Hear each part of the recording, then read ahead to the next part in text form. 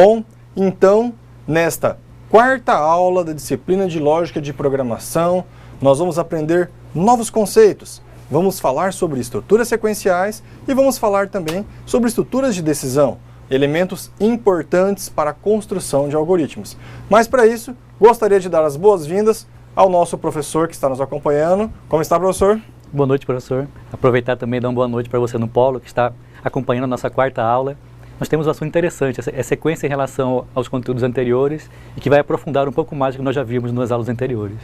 Exatamente. Para isso, vamos dar uma olhada aqui nos nossos conteúdos. Bom, falaremos sobre estruturas sequenciais e também sobre estruturas de decisão, elementos básicos da linguagem de programação e elementos básicos da lógica de programação. É a partir delas que vocês vão conseguir identificar que um programa ele tem uma sequência a ser executada e que em determinado momento você pode interromper essa sequência e fazer uma verificação para saber se você segue adiante para a próxima linha ou pula algumas linhas e dá continuidade em uma nova verificação de instruções, que foi o que a gente aprendeu nas outras aulas.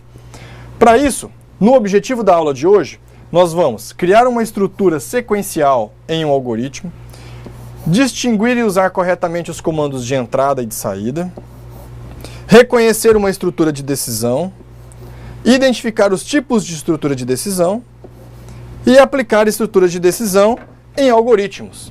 Portanto, a tarefa de hoje é elaborar um pouco mais o que nós já vimos nas últimas aulas. Entendemos o que era algoritmo, os passo a passo, fizemos alguns algoritmos de formas descritivas, criamos na aula passada alguns algoritmos e entendemos o conceito de entrada, processamento e saída, e hoje a gente vai ver na prática como fazer essa entrada e como fazer a saída de dados. O processamento a gente viu na última aula através de exemplos. Continuando, na nossa arquitetura básica de computadores, ela até hoje tem influência direta nas linguagens de programação. Por quê? Porque o formato simples evoluiu, sem muitos recursos, de difícil percepção por parte de leigos, que na década de 70 era o grande desafio, para um formato mais completo, com muitos recursos e de fácil entendimento. Seria dizer que, antigamente, o ato de programar, a lógica de programação, ela era muito complexa. Quando a gente começou a verificar nas aulas passadas que nós temos uma linguagem próxima da linguagem humana, com algumas marcações, com algumas limitações e com algumas regras, mas que possibilitam você programar de uma maneira mais parecida com o dia a dia que nós estamos acostumados a falar. Entretanto, antigamente isso era bem mais complexo. Antigamente, o ato de programar em si, ele exigia um pouco mais de conhecimentos específicos do hardware da máquina. Bom, de acordo com Manzano e Oliveira, os paradigmas da programação passaram por 5 fases evolucionárias. Portanto, quando começamos a programar, tínhamos a programação tradicional, depois fomos para a programação estruturada. Temos a programação modular, a programação com abstração de dados e, mais recentemente, programação orientada a objetos. A programação orientada a objetos não é tão nova, mas é a que está sendo mais utilizada ultimamente nas linguagens de programação. O foco da disciplina de lógica de programação não é identificar cada uma dessas formas de programar, mas sim o ato em si de desenvolver a lógica. Para isso, nós vamos abordar exclusivamente a programação estruturada. E como assim programação estruturada? Nós temos estruturas sequenciais, estruturas de decisão e estruturas de repetição. Então são 3 estruturas básicas que a gente consegue visualizar quando a gente fala de programação estruturada. E como que se desenvolve? Como que acontece a programação estruturada? Bom, no caso da estrutura sequencial, que é o primeiro item da programação estruturada, o conjunto de ações que você escreve, ele é executado em uma sequência linear de cima para baixo e da esquerda para a direita, da mesma ordem em que escrevemos. Se você observar esse texto, nós estamos lendo nesta direção, exatamente como uma linguagem de programação executa na programação estruturada, linha a linha, da esquerda para a direita. Dessa forma, você terá condição de visualizar passo a passo, assim como nós já fizemos nos testes de algoritmos com descrição narrativa, com passo a passo. Lá a gente incluía passo a passo como resolver um determinado problema. Como trocar uma lâmpada, como montar um computador, que foi aquele exercício que vocês fizeram no ambiente virtual. Então, a programação estruturada ela segue esse mesmo princípio. Linha a linha, da esquerda para a direita, o que é que deve ser feito. Para a gente compreender inicialmente como seria uma demonstração de um algoritmo usando as nossas programações Visual G e Java, nós temos o comando de saída. Então, o comando de saída, em pseudocódigo, que é o Visual G, basta você colocar a seguinte terminologia: escreva e no final abre e fecha parênteses. Já em Java, você usa system.out.println. Lembra, nas últimas aulas que nós falamos, que é uma linguagem de programação, ela tem palavras reservadas? E essas palavras reservadas são utilizadas para que você consiga solicitar que o computador faça alguma ação. No caso aqui do Visual G, ou no caso do pseudocódigo, o que você usa é escreva, da mesma maneira que nós falamos em português. Portanto, quando o computador estiver lendo linha a linha aquilo que você escreveu, e ele chegar nessa palavra escreva, ele vai escrever o que tiver dentro do parênteses. É isso que a gente vai demonstrar para que vocês possam compreender.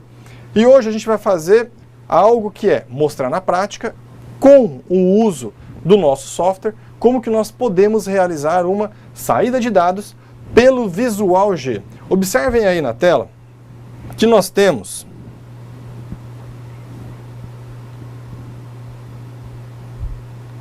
o software Visual G e que nós vamos realizar uma saída de dados. Notem que um algoritmo, só baixar um pouquinho aqui para ficar mais fácil, pronto.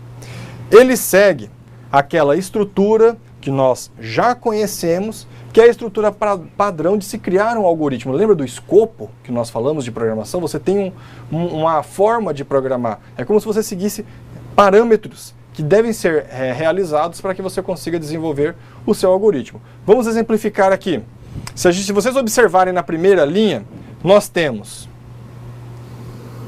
algoritmo, exemplo de saída de dados. Esse algoritmo, exemplo de saída de dados, é o nome que eu estou dando para o meu algoritmo. Depois nós temos o quê? Algumas linhas de comentários. Essas linhas de comentários nós visualizamos na última aula, que é uma forma de você documentar o seu sistema. É baseado nela que depois você vai voltar daqui a 3, 4 anos e falar: o que foi que eu fiz aqui?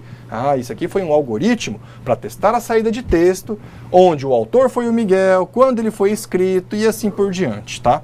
Depois nós temos a declaração das variáveis, isso nós vimos na aula passada como fazer. Lembra do termo var? Depois, o nome da variável, você coloca 2 pontos e o tipo dela, no caso aqui literal. Quem lembra aí o que é literal? Literal é texto. Então eu criei uma variável com o nome de pessoa do tipo texto. E depois temos o escopo do programa, que é onde ele vai ser executado, delimitado por início e fim do algoritmo. Aqui dentro o que eu faço? A primeira linha, ele simplesmente recebe a variável recebe um conteúdo. Lembra que nós estudamos na última aula? Variável pessoa recebe Miguel.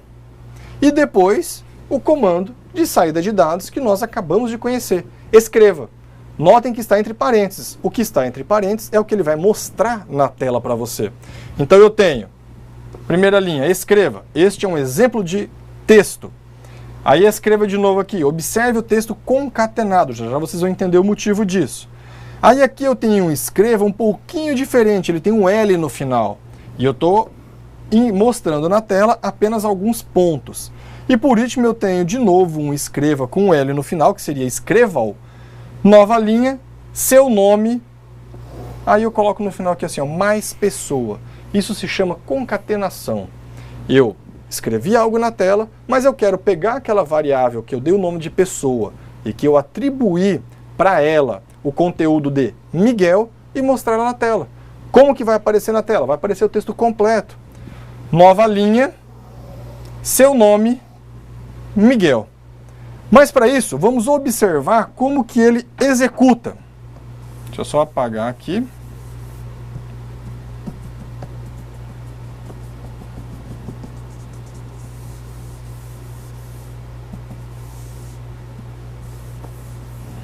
E vamos agora observar como que ele executa este algoritmo, como que ele aparece na tela.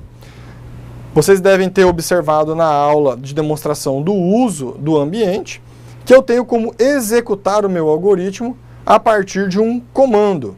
Neste caso, eu vou executar o meu algoritmo e ele vai mostrar na tela para mim o resultado daquilo que eu acabei de escrever. Vou colocar um pouquinho mais para o lado aqui para que vocês possam acompanhar. Olha lá, na tela eu tenho inicialmente, este é um exemplo de texto. Lembram da primeira linha? Escreva. Este é um exemplo de texto. Depois eu tenho, observe o texto concatenado, que é a segunda linha que eu escrevi. E alguns tracinhos que eu coloquei na tela. Esses tracinhos foi o escreva-o, aquele primeira vez que eu usei com ele no final. Ele fez o quê? Fez uma quebra de linha e jogou o conteúdo para a linha de baixo. Aí aparece, nova linha, seu nome, Miguel. Então, se eu quisesse demonstrar como que seria a quebra de linha constante, bastaria eu vir aqui e colocar, escrevam, observem o que é que vai acontecer agora. Olha lá, todo o texto, cada um em uma linha. Este é um exemplo de texto, observe o texto concatenado, as linhas e nova linha, seu nome, Miguel. Se vocês observarem, no caso aqui do que nós acabamos de realizar, esta programação, na verdade, ela é, de certa forma, sequencial. A linha ela vai ser executada, assim como nós visualizamos, de cima para baixo, da esquerda para a direita. Ele vai ler linha por linha e vai executando todos os processos. Portanto, se vocês observarem, o ato de programar, a lógica de programação, ela é bem simples. Você tem alguns elementos, é como se fosse um quebra-cabeça. Você tem alguns elementos e tem que trabalhar com esses elementos. Trabalhando com esses elementos, você vai chegar à solução de alguns problemas, tá bem? Bom, voltando agora para o que nós estávamos realizando,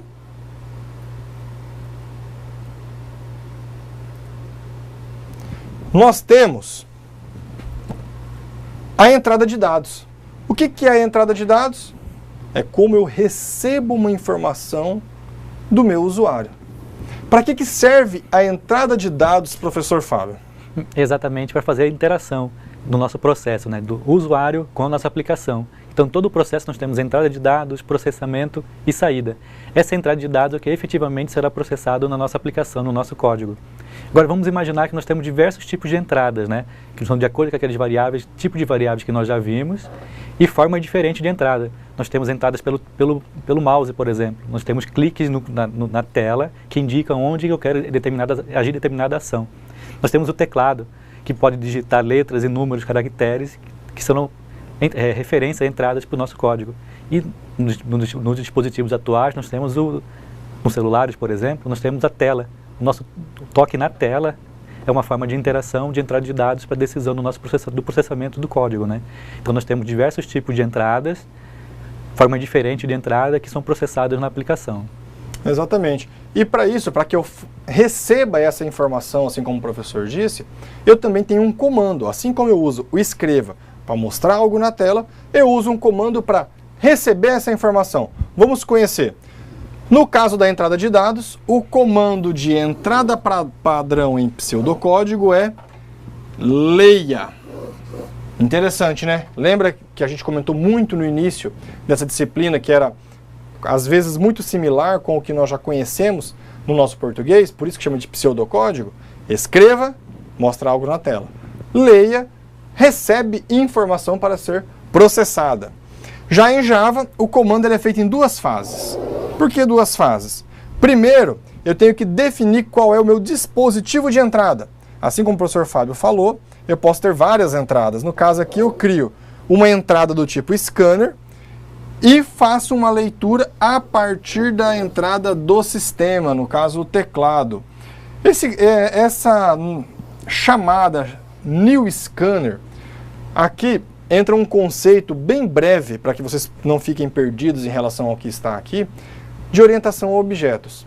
A linguagem Java ela é baseada em orientação a objetos. E orientação a objetos é o quê? É você criar um objeto e trabalhar com ele. No caso, ele está criando um objeto scanner, new scanner, novo scanner, que é um objeto de leitura a partir da entrada do sistema. Simplesmente isso.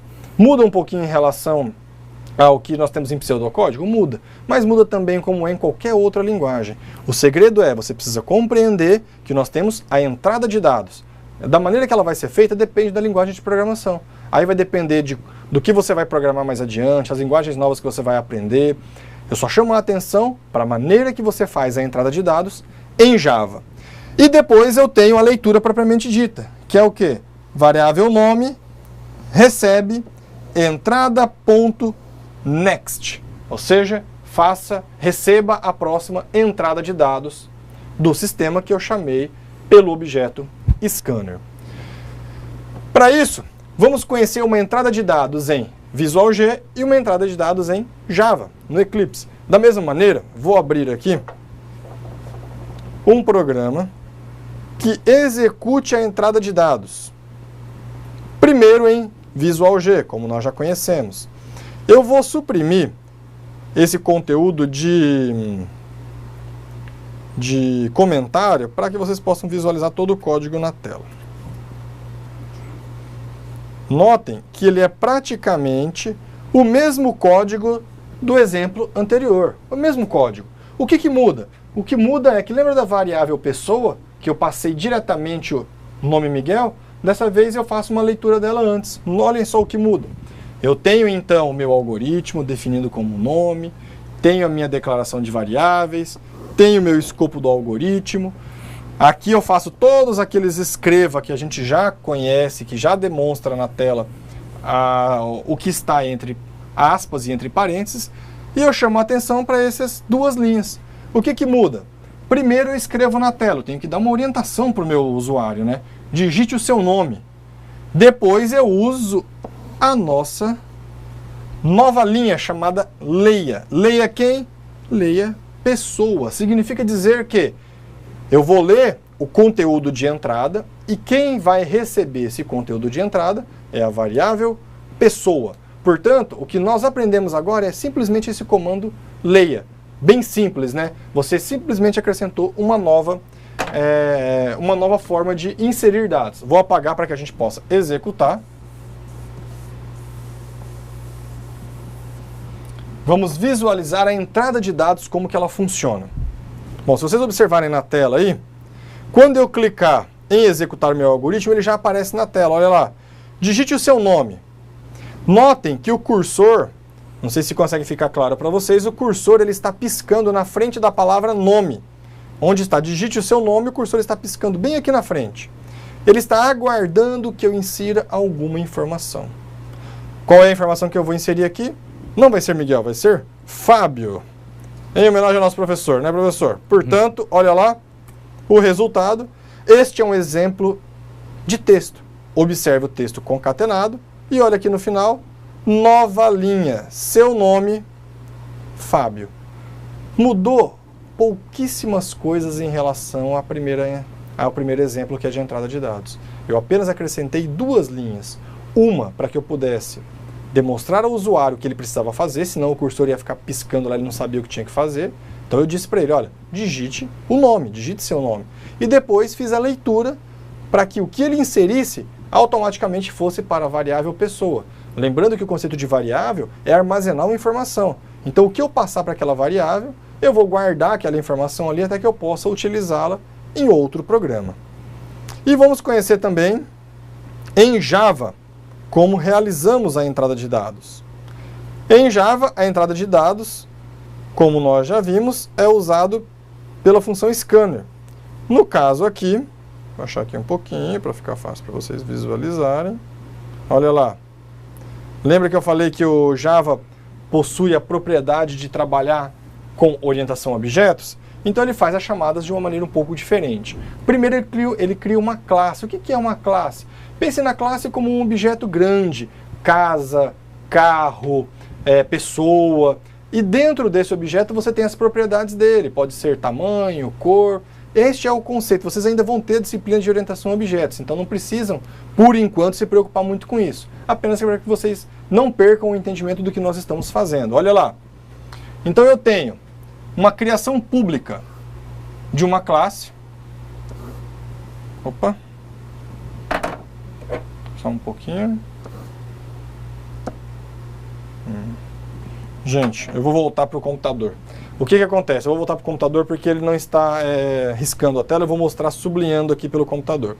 Então eu tenho, na primeira aí, ó, na primeira linha, public class entrada de dados. Eu estou criando uma classe de entrada de dados. Depois eu chamo um método. O que é esse método? É o método principal, método main. Em Java, sempre que você tiver uma classe que você quer executá-la diretamente, você vai criar esse método main. Ele é padrão, inclusive na demonstração da última aula de como usar a ferramenta, vocês viram que você marca a opção lá, ele já cria esse método automaticamente para você. E você insere aqui dentro o que você quer executar agora. Isso é apenas para fins de teste. Aí eu tenho as declarações das variáveis, olha o meu comentário aqui com as duas barras, então, declarando as variáveis, corrigir aqui o nome. Depois tenho, estou declarando a variável idade, olha lá, idade do tipo inteiro, lembra que em Java é diferente, e declarando a variável nome do tipo string. String é o que mesmo? Texto. Aí eu faço a entrada de dados. Olha a minha entrada de dados aqui, comentário, entrada de dados. Scanner, entrada, new scanner system.in. Crio uma variável entrada do tipo scanner para que eu possa fazer a leitura. E aí começo. Na próxima linha, system.out.print, informe seu nome. Lembra que o comando de demonstrar na tela alguma informação é diferente em qualquer linguagem de programação. Algumas talvez similares, mas é diferente. No caso do pseudocódigo é escreva. No caso da Java é system.out.print. Então ele coloca na tela, informe seu nome. Depois ele faz a leitura. Nome recebe entrada.next. Ou seja, eu recebi o que for passado pelo teclado e vou gravar essa informação na variável nome. Depois eu mostro na tela system.out.print. Informe a sua idade. Eu estou pedindo para o usuário digitar a idade dele. E faço uma entrada. Entrada.nextInt. Idade recebe entrada.nextInt. Por que nextInt? Lembra que também nós definimos que as variáveis elas possuem tipos. Tipo inteiro, tipo string, tipo booleano. Portanto, já que eu tenho tipos declarados de variáveis, neste caso específico de Java, eu estou dizendo que o que ele receber de informação deverá ser convertido em inteiro. Então, nextInt. Se eu inserir algo que não seja inteiro, uma letra, por exemplo, ele vai dar um erro. Mas o objetivo aqui não é tratar erros por enquanto. O objetivo aqui é exemplificar a entrada de dados a partir do Java. E depois tem o processamento e a saída, que é system.out.print, nome, ou seja, o conteúdo que eu digitar em nome, ele vai mostrar aqui.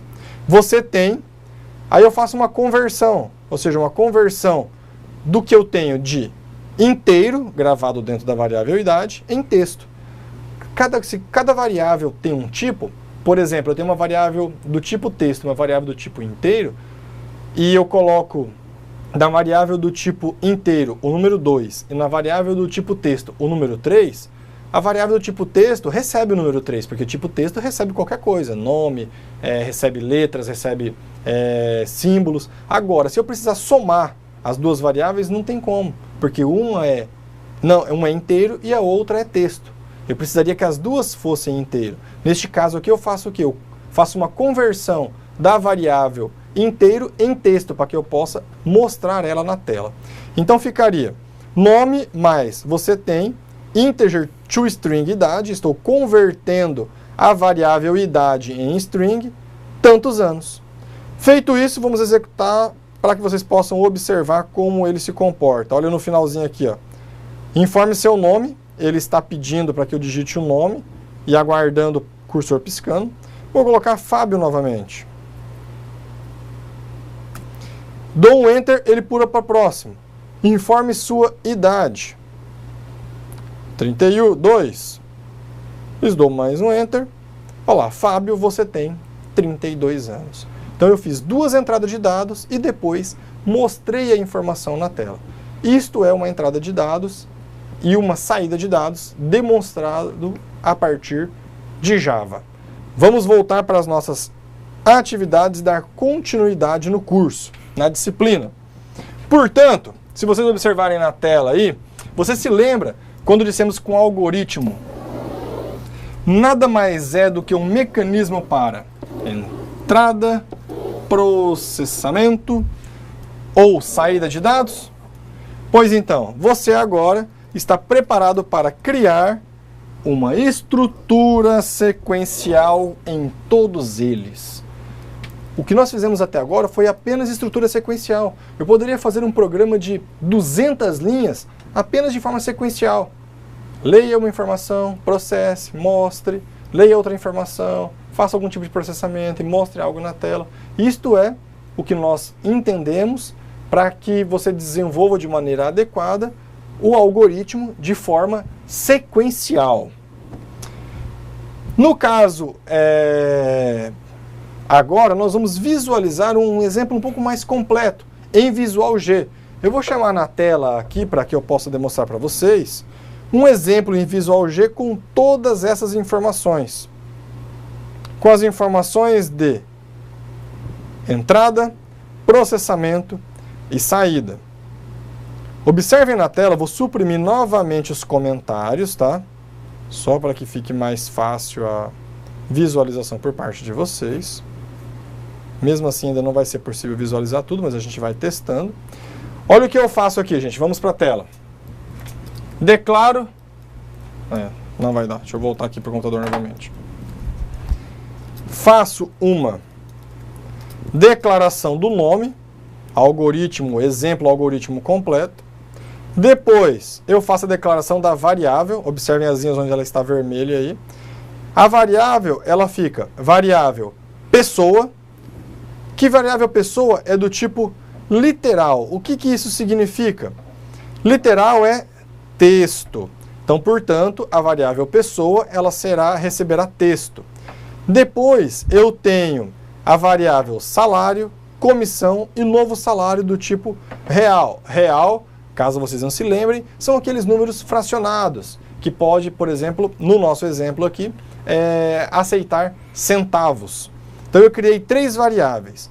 E agora, eu vou fazer uma entrada, um processamento e uma saída. Ó, na variável comissão, eu vou receber 5. Significa que o percentual fixo da comissão é 5%. Depois eu solicito ao usuário, na linha vermelha aí, ó, digite o seu nome. Depois eu falo para ele, leia pessoa, ou seja, leia o nome que eu vou digitar. Depois, digite seu salário. Depois, leia o salário, então eu vou receber um número fracionado aqui. E faço o processamento. Qual é o processamento? Novo salário, aquela variável que eu declarei. Recebe, olha lá, novo salário. Recebe salário mais, e aí entre parênteses, lembrando, gente, que aqui é uma fórmula matemática normal. O que mudou é apenas o símbolo que a gente usa para multiplicação e divisão. Agora, se você fosse fazer isso no papel, em um computador, em uma planilha eletrônica, você iria seguir a mesma coisa. Então, isso aqui, especificamente a fórmula, não é exclusivo da lógica de programação, mas é sim uma forma de você calcular o que eu quero, que é o novo salário. Bom, o salário ele vai receber o quê? Ele vai ser multiplicado pela comissão dividido por 100. Por que comissão dividido por 100? Se o percentual é 5, e aí entra conceitos matemáticos. Se eu pego um valor, que eu sei que é o percentual, 5, divido por 100, ele vai dar um número fracionado, 0,05. E se eu multiplicar isso por qualquer valor, eu sei qual é o percentual daquele valor. Então isso é matemática, isso, como eu disse, não é lógica de programação.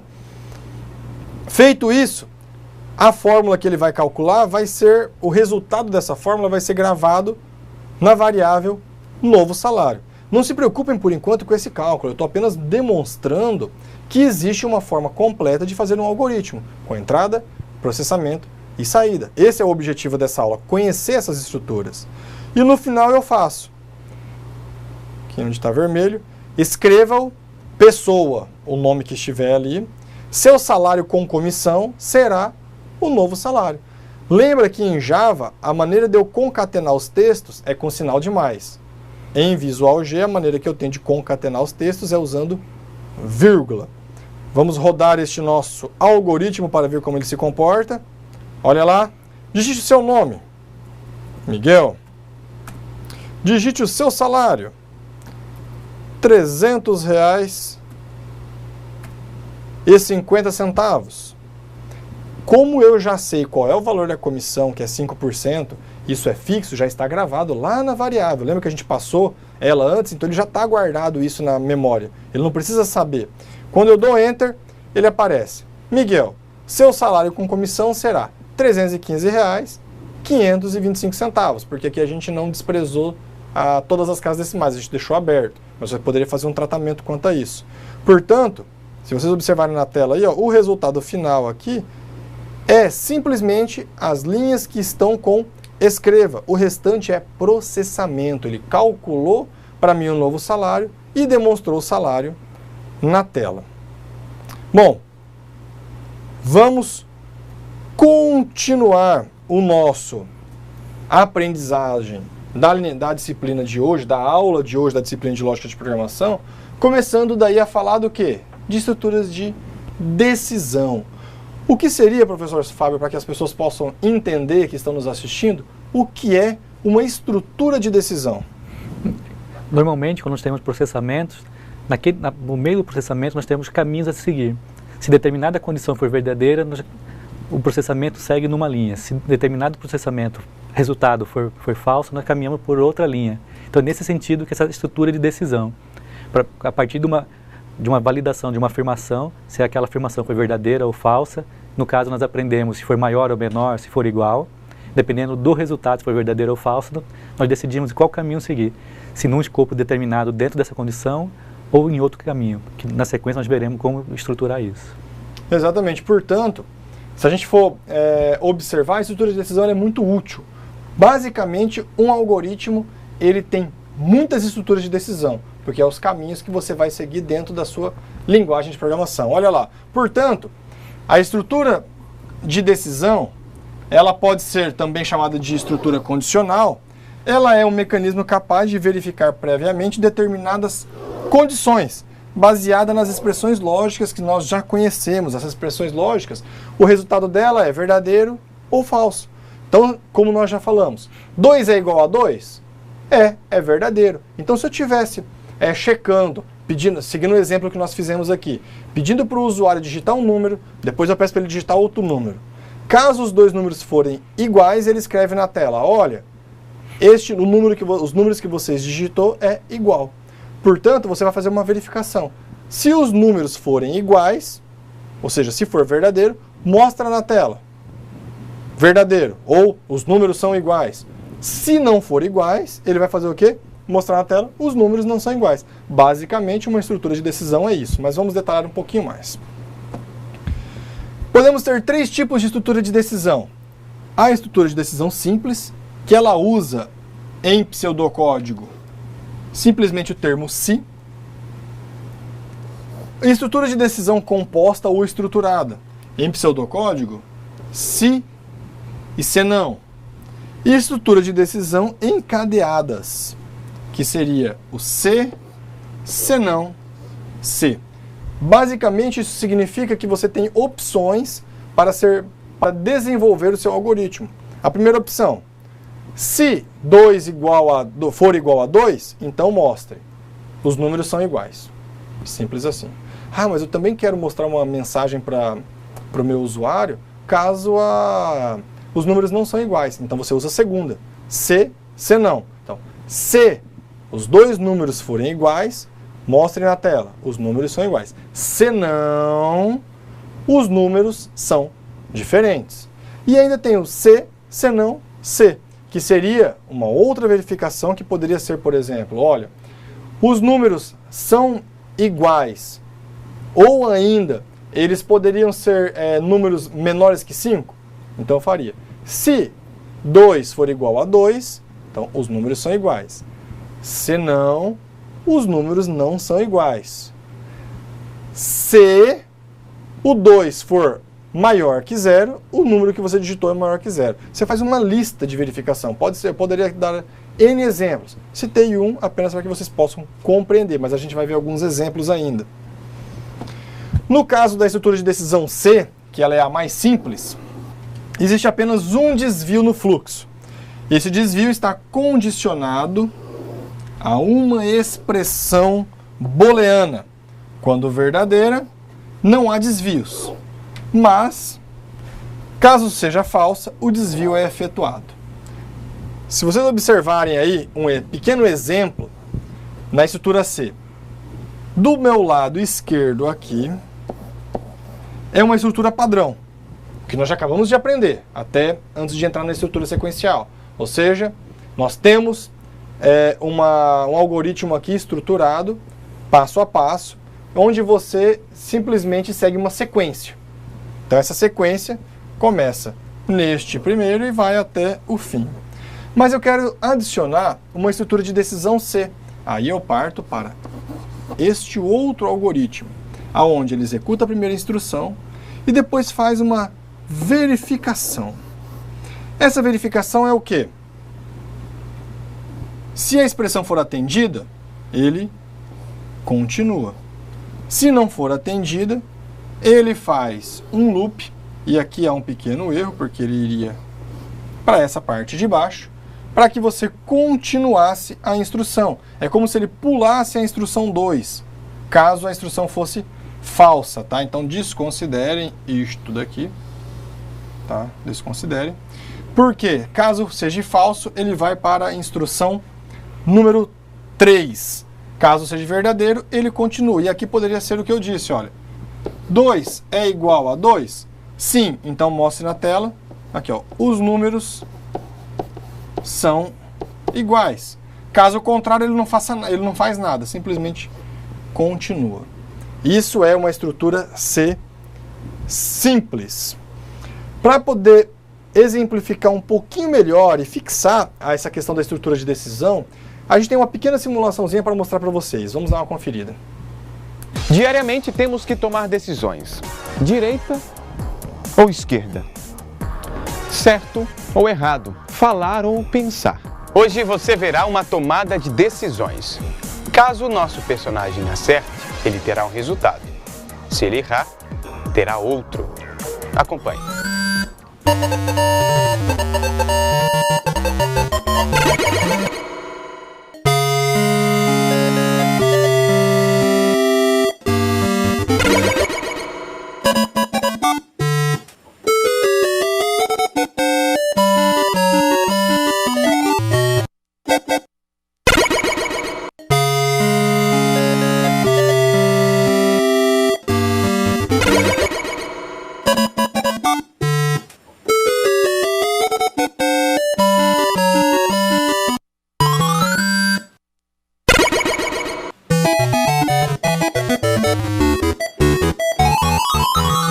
Viu só?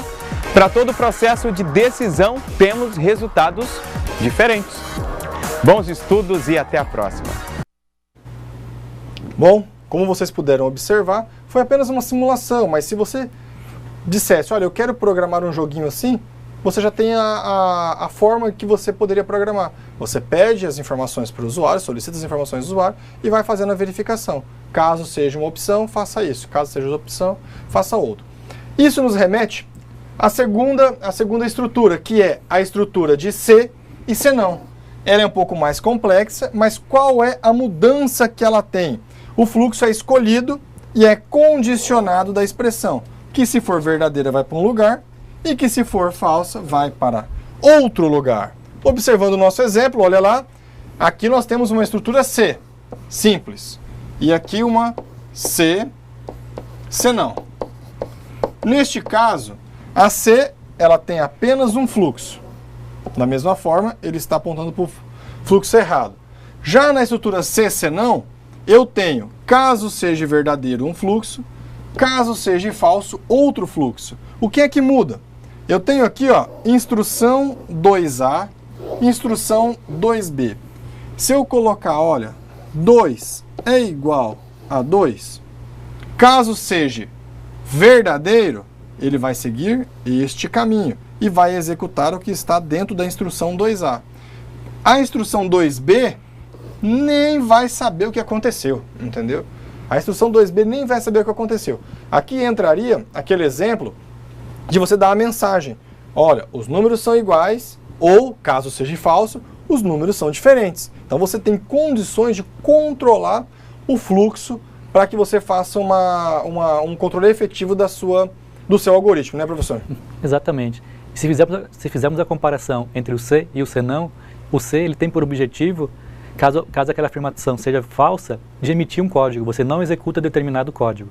Já no segundo exemplo, que é o C, senão, a gente tem por objetivo escolher ou um caminho ou outro. Então nós temos duas alternativas em relação à execução. No C é para omitir, para não executar um determinado trecho de código. No C, senão, você escolhe ou um determinado conjunto de código ou outro. Exatamente.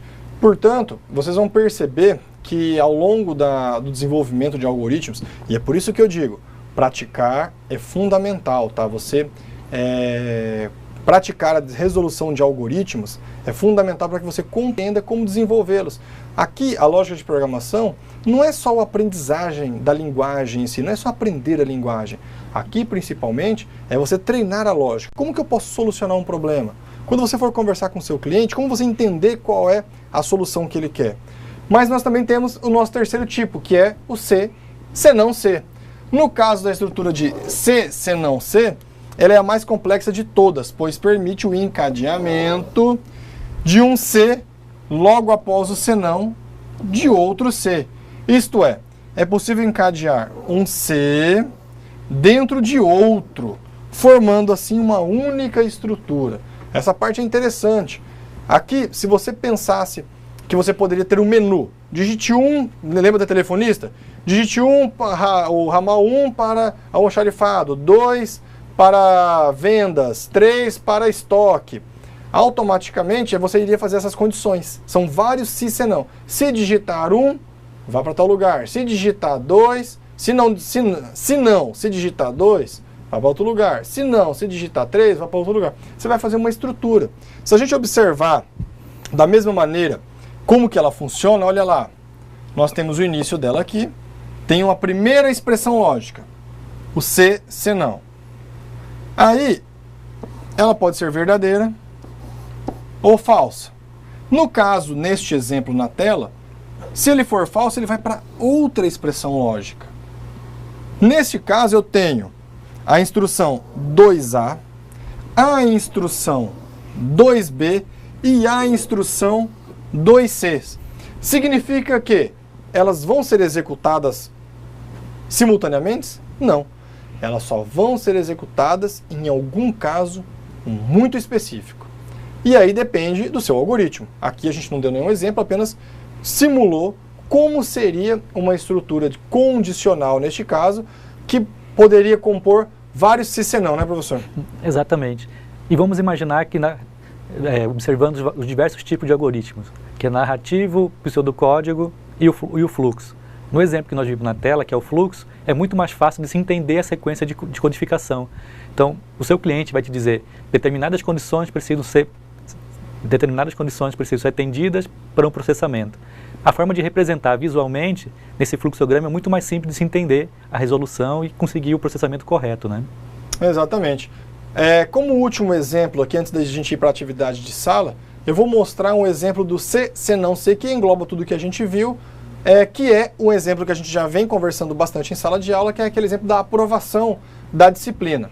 Olha lá, se você pegar aqui o algoritmo na linha 1, ele chama o algoritmo, na linha 2 faz a declaração das variáveis.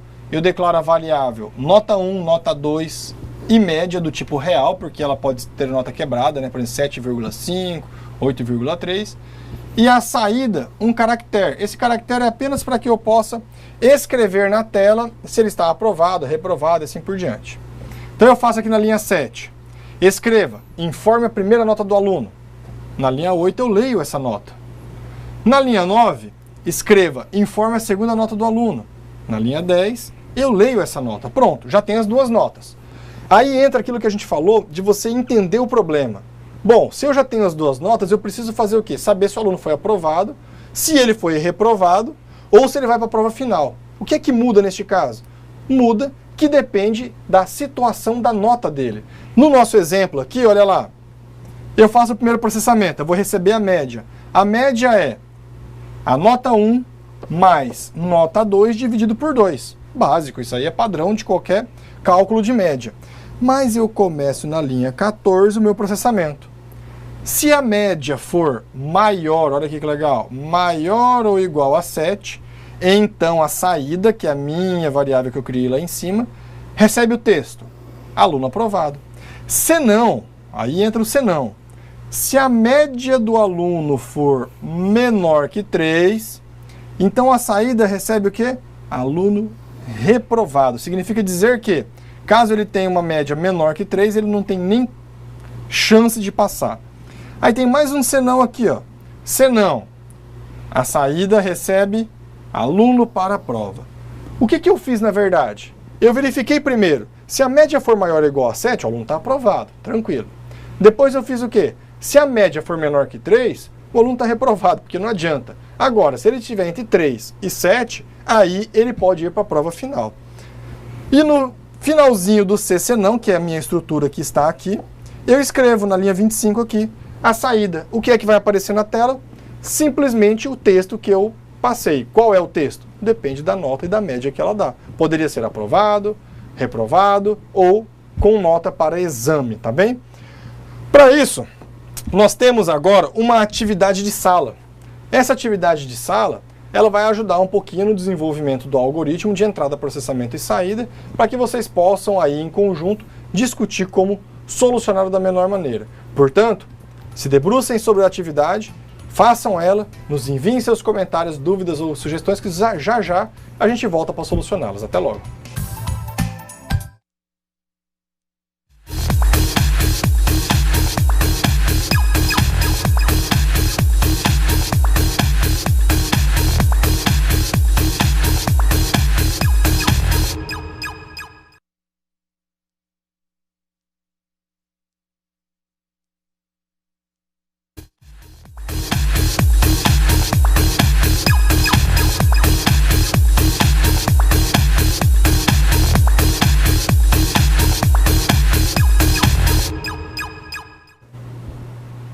Bom, vamos à resolução do exercício? Vocês devem ter percebido que a proposta do exercício era: você tem um valor para pagar seus boletos, seus 4 boletos. Você precisaria fazer o quê? A soma dos 4 boletos e verificar se a soma deles é maior que 1.000 ou não, para dar um resultado e informar o usuário: olha, você tem dinheiro para poder pagar todos os boletos ou você não tem dinheiro para pagar todos os boletos, certo? Vamos para a tela que eu vou fazer uma demonstração de como solucionar o exercício. Primeiro, vamos observar ele em Visual G. No caso do Visual G, eu tenho a primeira linha, como vocês já sabem, a declaração do nome do algoritmo. Então, algoritmo calcula minha dívida. Está aqui na primeira linha. Depois eu faço alguns comentários, que eu já vou excluir para diminuir a tela. Faço a declaração das variáveis. Quais são as variáveis? Eu chamei 4 variáveis, 5 na verdade, que são bol1, que seria de boleto 1, bol2, que seria de boleto 2, bol3, que seria boleto 3, e bol4, que seria de boleto 4. E uma última variável chamada total boletos. Por que a variável total boletos? É onde eu vou receber a soma de todos os boletos que o usuário digitar. Depois eu inicio o meu algoritmo e solicito ao usuário, olha lá, escreva, digite os valores dos boletos. Depois, informe o valor do primeiro boleto. Aí eu vou e leio bol1, ou seja, eu leio a variável boleto 1 ou bol1 e recebo o valor que eu digitar. Depois escreva o valor do segundo boleto e leio o segundo boleto. Depois eu faço o quê? Escrevo novamente para o usuário, olha, digite o valor do terceiro boleto. Eu tenho que orientar ele para que ele saiba o que ele deve fazer. Depois eu faço a leitura, leia terceiro boleto. E por último, informe o valor do quarto boleto e leia quarto boleto. A partir daí, eu tenho todas as minhas informações em memória.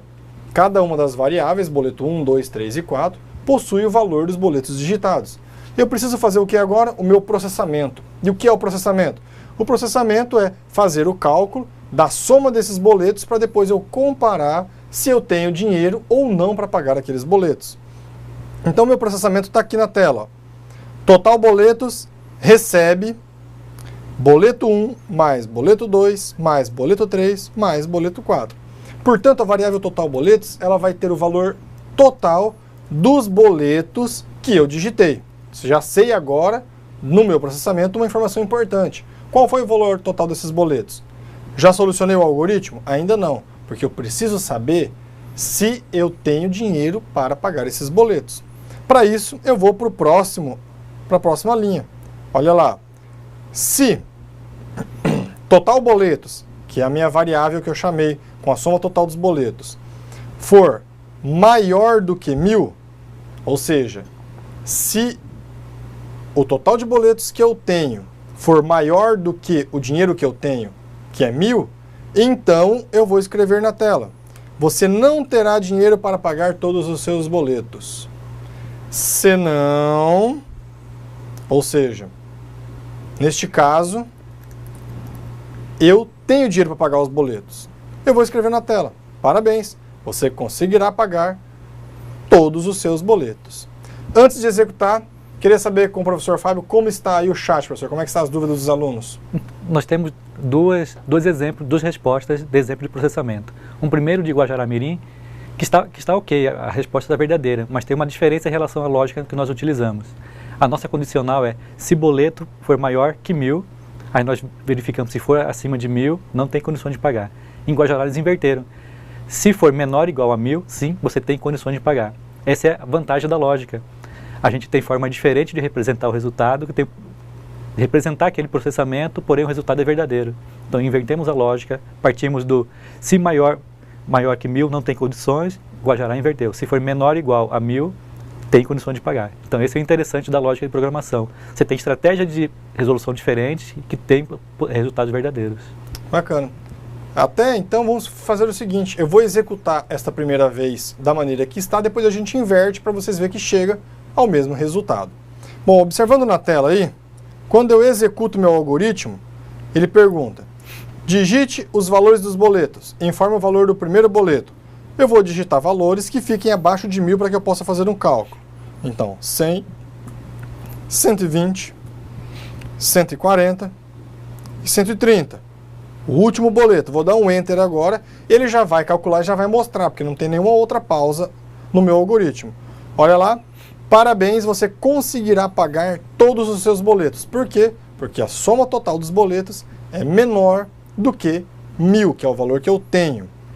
Neste caso, seguindo o que foi feito aí em Guajará-Mirim, eu vou inverter a lógica. Se vocês observarem na tela, aonde eu tenho aqui, ó, total boletos maior que 1.000, eu posso simplesmente inverter a lógica e colocar total boletos menor que 1.000. Se eu deixar dessa maneira, vai funcionar? Não vai funcionar. Por que não vai funcionar?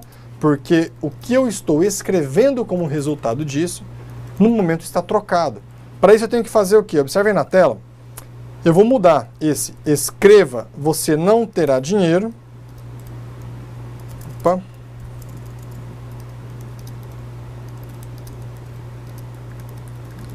Vou passar para cá. Enquanto o outro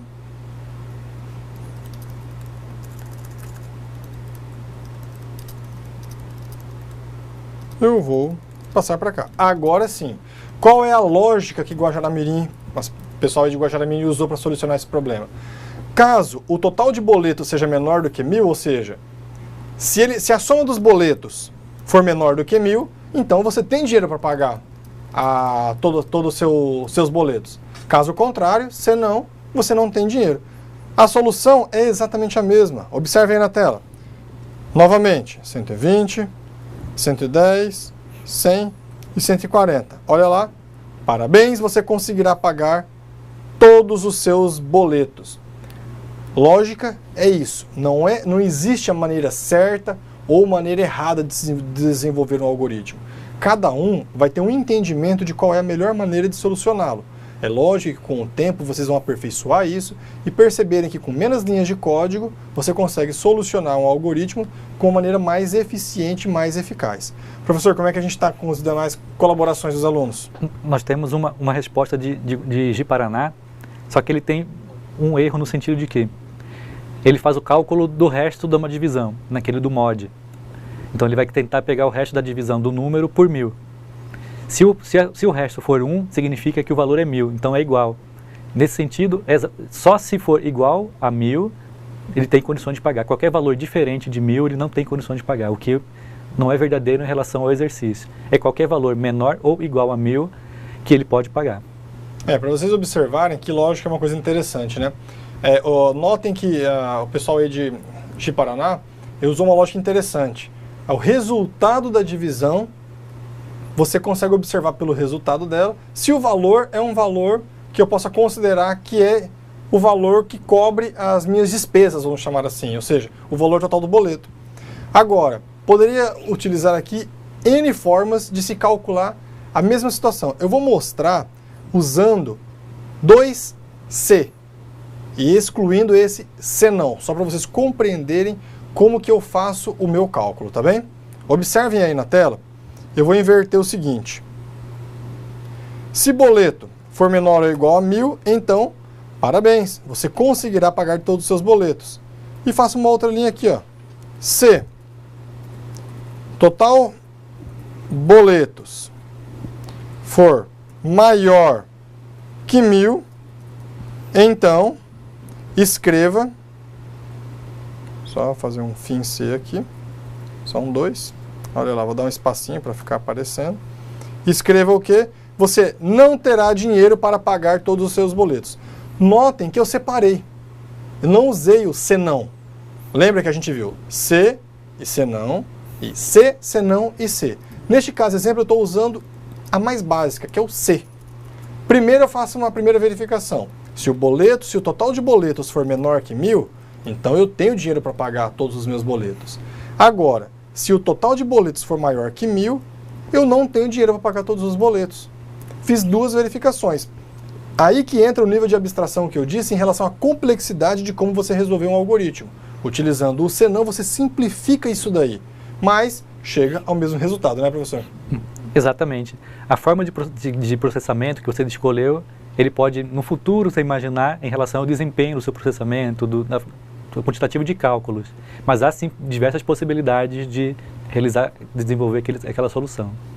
Correto. Então, vamos fazer um teste com este algoritmo aqui funcionando para que vocês possam compreender como que seria o resultado e que chegaria da mesma maneira ao resultado desejado. Olha lá.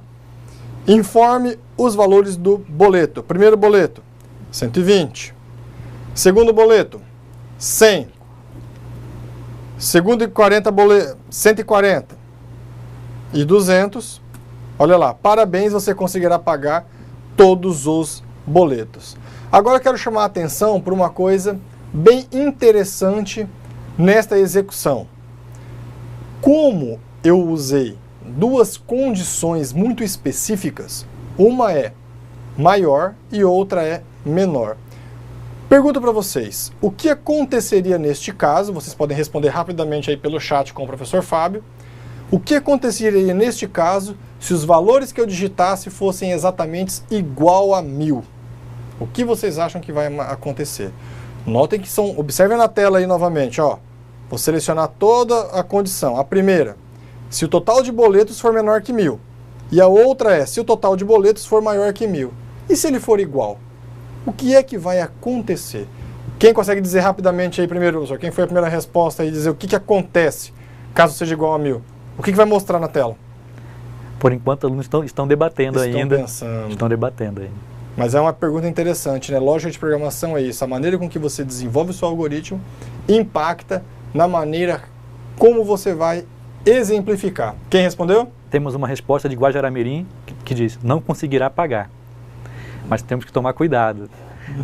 Nessa situação específica, se nós vamos observar, ele não executar nem a primeira nem a segunda condição.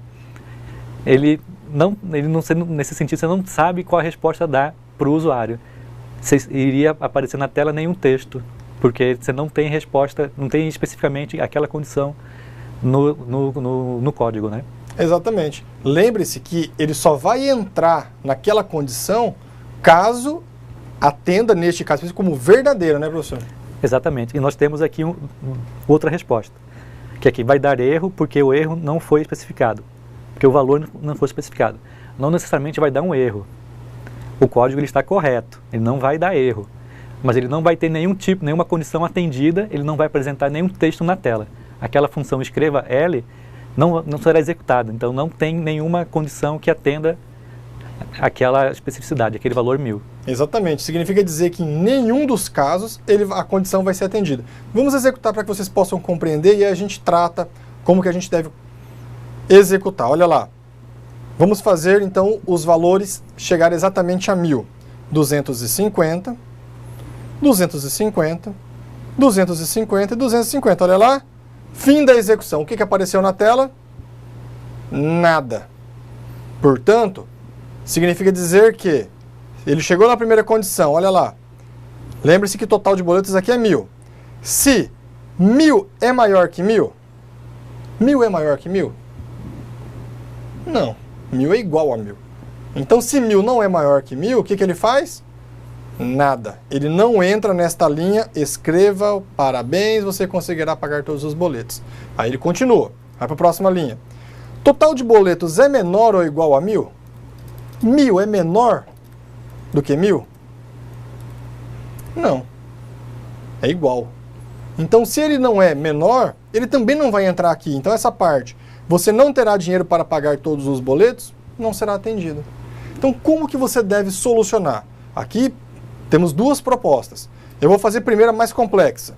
Na mais complexa, eu faria uma nova checagem. Se total boletos for igual a 1000, então ele vai fazer o quê? Escrevam parabéns.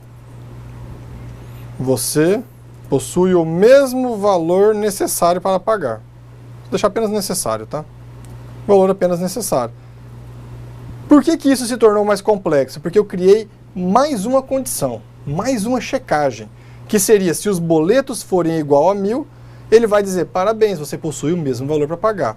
Executando o algoritmo, olha lá, 250, 250, 250, 250. Parabéns, você possui o mesmo valor necessário. Isso por quê? Porque agora eu tenho uma condição que atende a condição verdadeira, que é o valor de 1000 ser igual a 1000. Mas isso é a maneira mais complexa que eu coloquei aqui para poder executar, certo, professor? Como é que está aí a participação? Exatamente. Eu quero parabenizar os campos que estão participando e interagindo. Esse é o momento que a gente tem para conversar e dialogar, né? Exatamente. Agora, e a maneira mais simples? Qual é a maneira mais fácil de resolver isso aqui? Bom, maneira mais fácil, eu apago esta linha, que eu não preciso dela, e simplesmente digo o seguinte, olha, se o total de boletos for menor ou igual a 1000, então, parabéns, você conseguirá pagar todos os seus boletos. Porque se o total de boletos for 1000 e ele tem 1000, então ele também consegue pagar. Também tenho que dar os parabéns para ele. E resolve o meu problema de não aparecer nenhuma mensagem para o usuário.